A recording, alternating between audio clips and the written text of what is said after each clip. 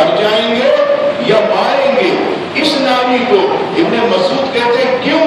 تو کہتا ہے سنا ہے گالیاں دیتا ہے وہ محبوب باری کو.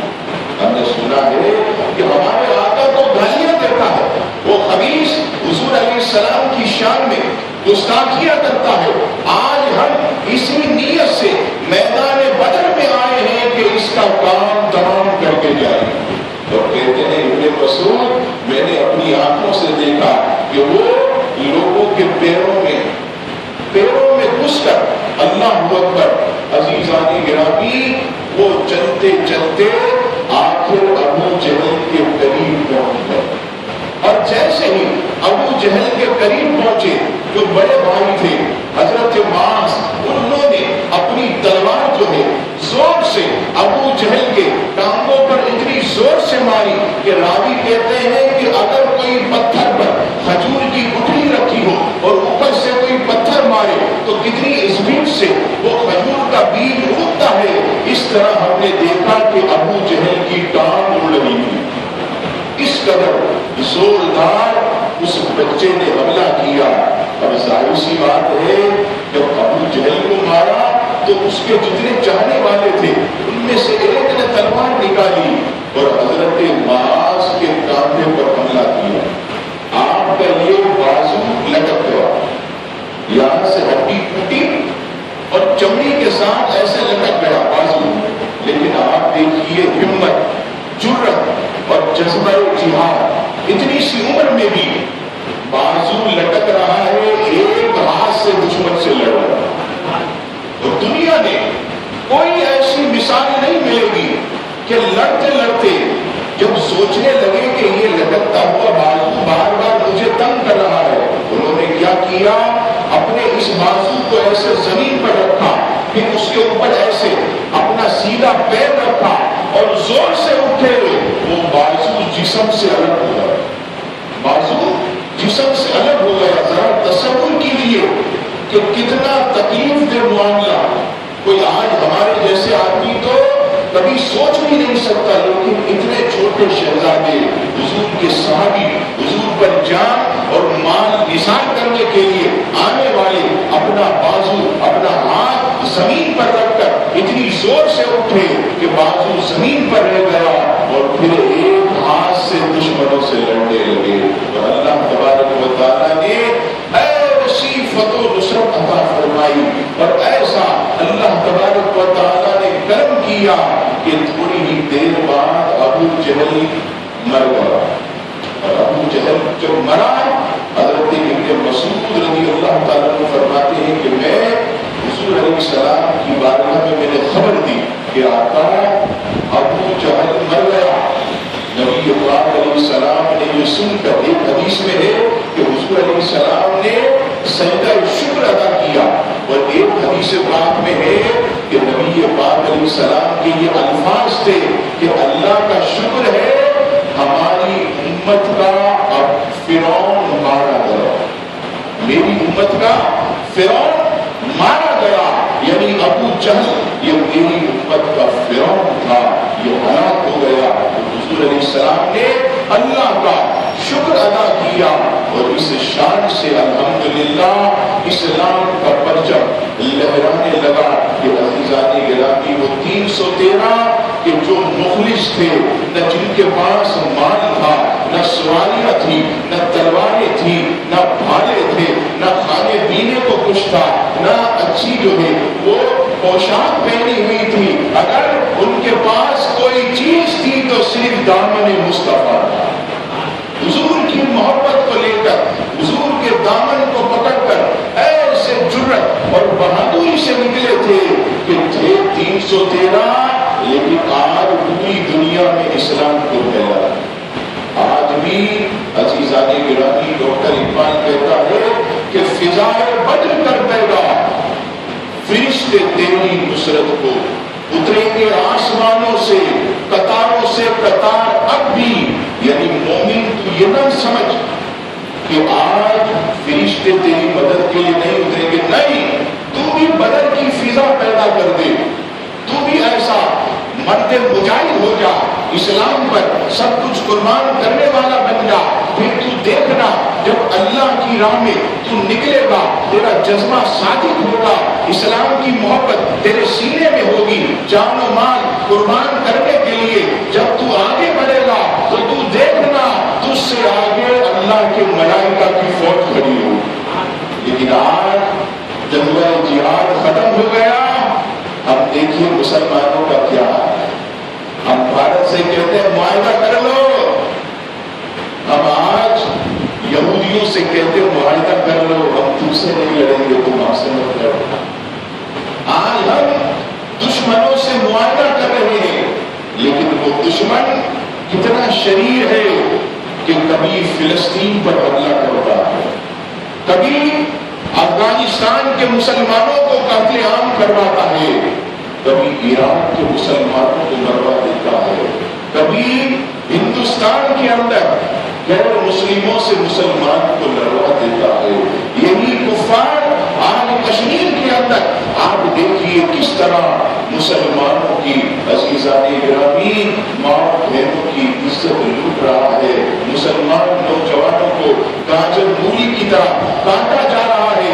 آج کیا ہے، ہم کیوں دبے ہوئے ہیں، ہماری آواز کیوں نہیں نکلتی؟ آج یہ بڑے بڑے جبہ پہننے والے، یہ ریال کی بھرمار جن کے پاس ہے، ان کی زبانوں پر تالے کیوں ہیں؟